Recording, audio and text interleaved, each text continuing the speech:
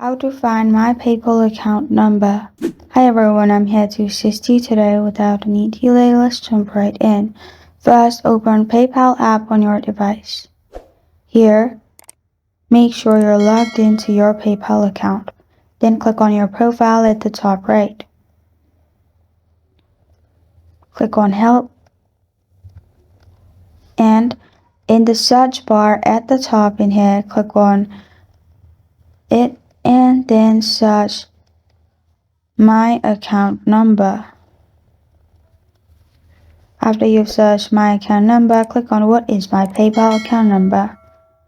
And the official app of the PayPal says your PayPal account is not identified by an account number or ID. Your account is identified by the email address or mobile number that you logged in with.